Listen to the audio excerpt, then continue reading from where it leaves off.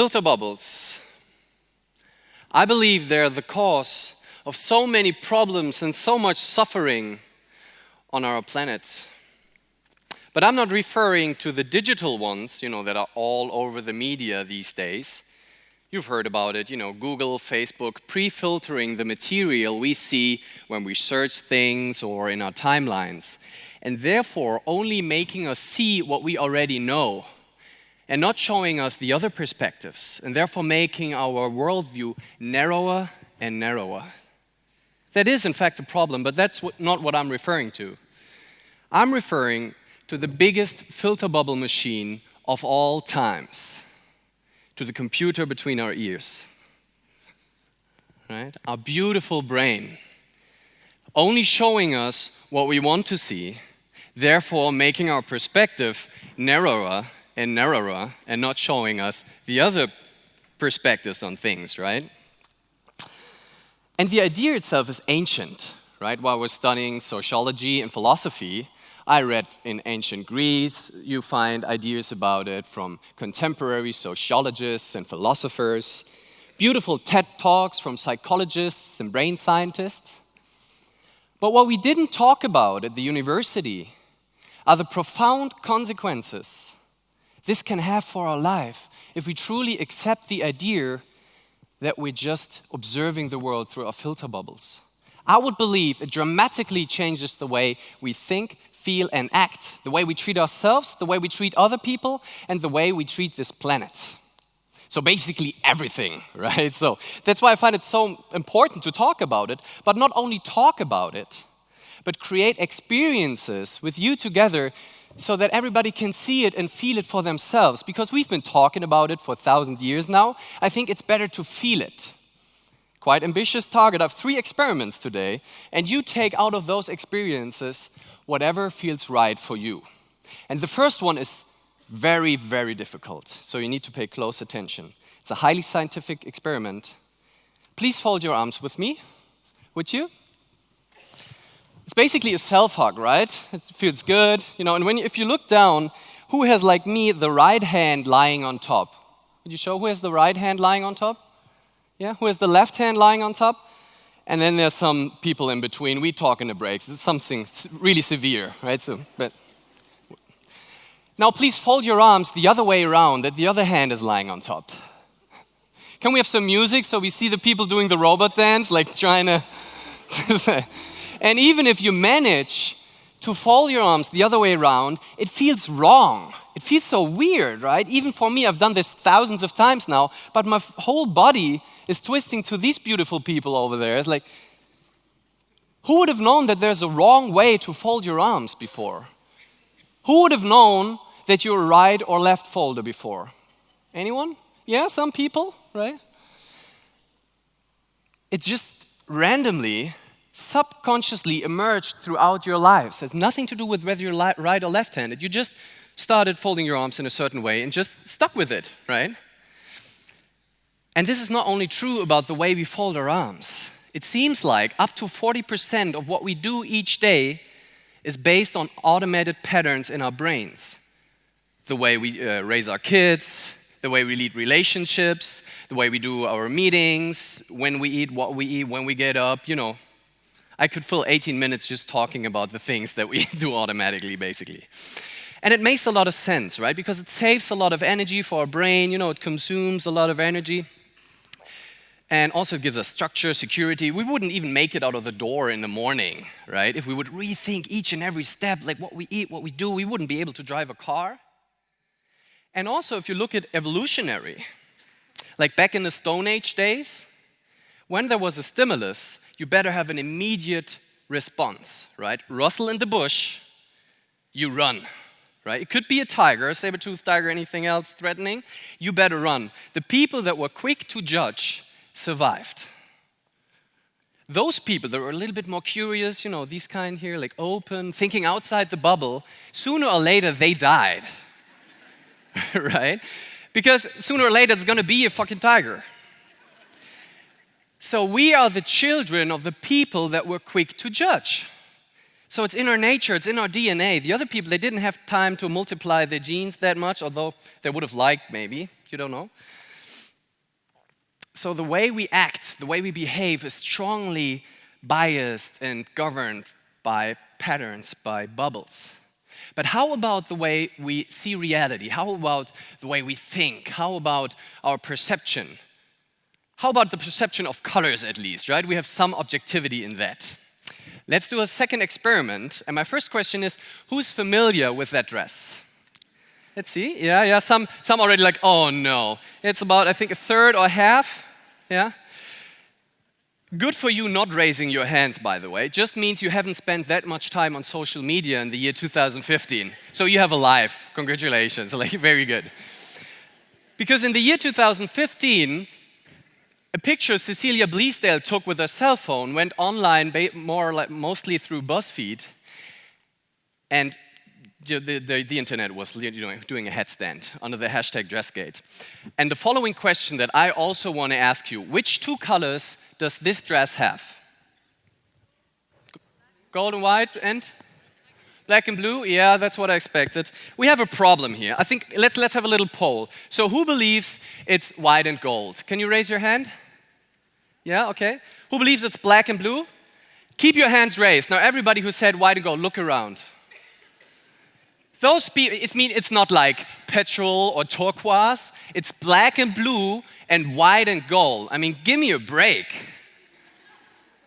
And that's why I chose to talk about it here, because it simulates the feeling so beautifully we have so many times in our lives, right? This is about something as objective as colors.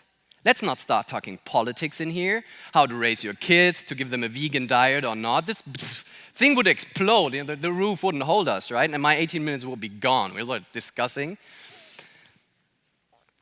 white and gold, black and blue. So what's happened here? Scientists loved it. And there's a beautiful summary from Julia Shaw. She's a psychologist, and she wrote about the perceived constancy of colors. Take grass, for example. It's green, right? It's grass, green, like, are we? But basically, it's also blue and black.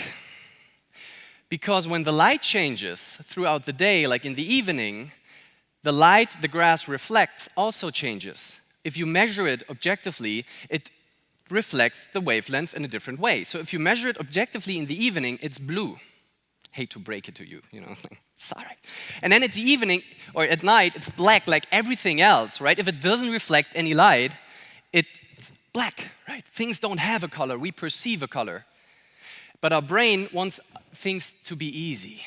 That's why it recalculates the way we perceive things and makes us perceive grass as green in the evening, although it's objectively blue. And therefore, it does some thinking for you. There's so many information, doesn't want to confuse us that much, right? So we still perceive it as green.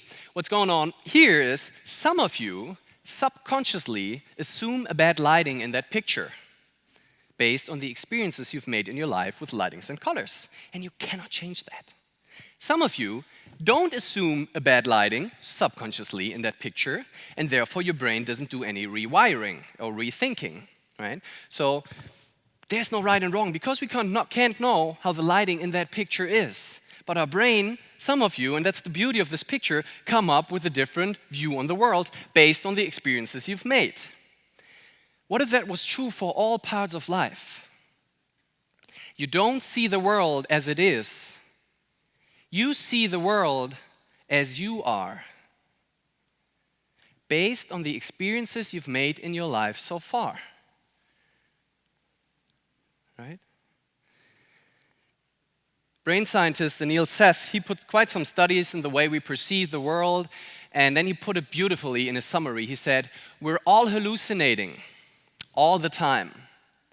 When we agree about a hallucination, that is what we call reality.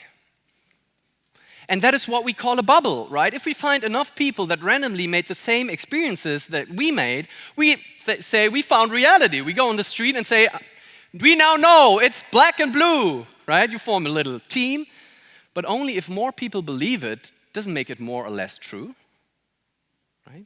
A couple of 100 years back, everybody was certain that the earth is flat. So are we doomed? If the way we think, the way we feel, the way we act is strongly biased through all the experiences we've made in our past, right? Are we doomed to always repeat what we know, to always think what we already knew? No, right?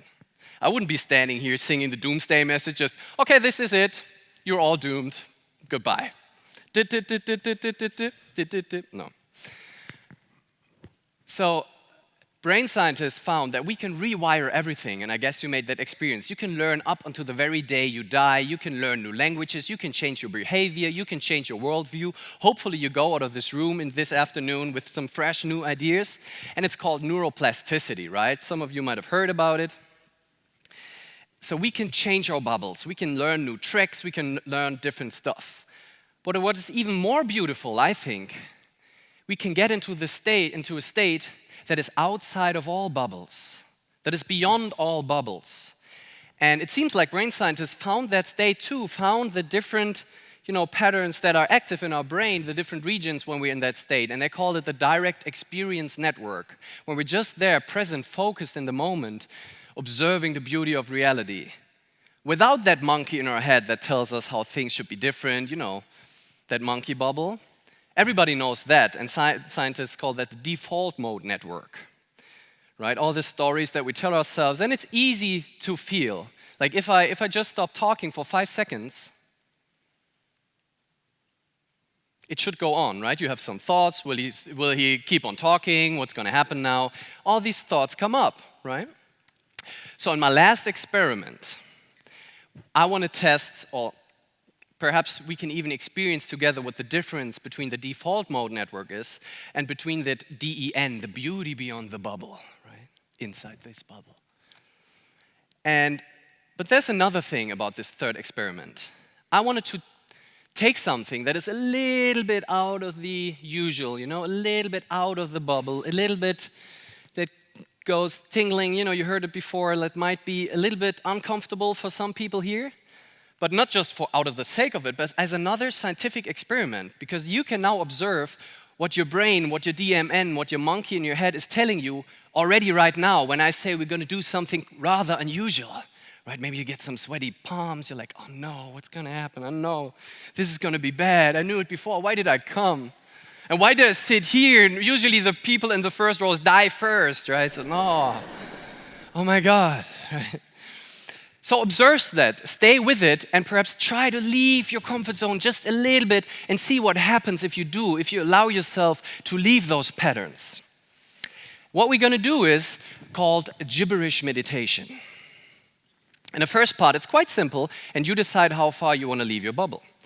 In the first part, we're going to talk gibberish together with our eyes closed.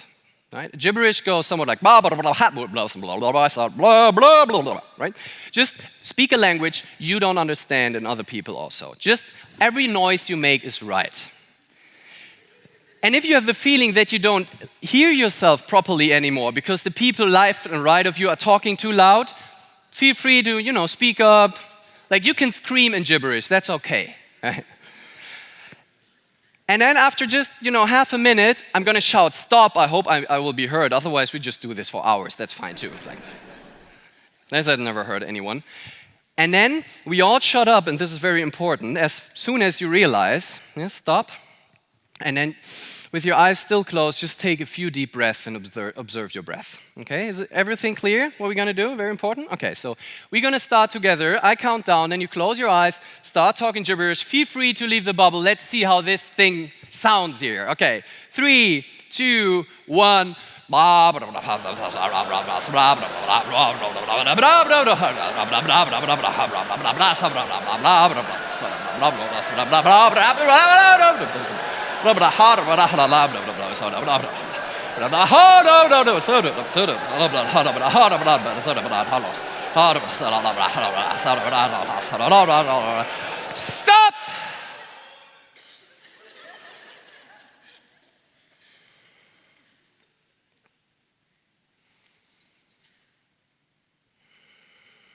All right, thank you very much for leaving your bubble here together. That silence thing, we can work on that. Then we do it the next time, right? Okay, so you take, as I said, you take out of this talk whatever feels right for you, right? It's your life, you made your experiences, and also with that experiment, you take out of it whatever you want. You can discuss it also like whenever, right? But there are three things that I want to point your attention to. Like the first one, while we were talking gibberish, you might take this as an analogy for our usual day-to-day thinking. Like the monkey in our head that doesn't tell us any truth anyway, as we found, right? Black and blue, white and gold, how does I know what's right? Like in the last weeks while I was preparing this talk, I got up a few times in the morning and that mind monkey, pretty active, right? But if we don't identify with it, we don't even have to stop the thinking. If we just take a step backwards and observe it with some amusement, it's like, why? Where do these stories come from? It's crazy, right? It makes it already so much easier to take, right? If we take the usual stressful thoughts that we have in our brain for what they are, gibberish, already so much cooler. And also, if we do that, we can listen to other bubbles, we can listen to other monkeys. There's so many cool monkeys in this room and the full world. Why are we always listening to this and believe this is true, right? Let's be more open to other perspectives on this planet. The second thing, while we were sitting in silence, maybe you also observed like this glimpse of the direct experience network where there's just emptiness in your head. And I believe that's our natural state. You all had it before while running, while sitting, while walking, while working. It's our natural state, and we can always get in contact with that. And the beauty is there are no problems in that state because the monkey is silent. And all the problems we have just come up when we have this troublesome thoughts, right? So the moment we get in contact with a DEN, be present in a moment, everything's all right. And you can do a little gibberish with your team. You can just take a few deep breaths when you're stressed out. Everything is beautiful, right? And in the third part, we left the bubble here together a little bit, right? Not everybody was like, while I was talking, we're going to do something unusual, like people shifting on their chairs a little bit. Did anybody die on the way? Did we lose someone? Did anybody enjoy it even? Some enjoyed the gibberish? Yeah. Right. So something that we rejected in our thoughts turned out to be quite fun, entertaining, and hopefully even insightful. And what if that was true for more things? What if the people we don't even want to talk to are the ones with interesting ideas or turn into our best friends? What if the stuff we were afraid to do or never wanted to do becomes our next free time activity or perhaps even our profession? Let's dance more. Let's experiment more. Let's not take life so serious because all the stories we tell ourselves are wrong anyways, right? So why not dare? We can create a space between stimulus and response. These days, we won't die of a lost face or a sprained ankle. We can even tell cool stories about it. So let's utilize that space between the stimulus and the response to choose our response in a way that turns our own life and that of all the other species on this planet into the very best version that we can imagine with our minds. Thank you so much.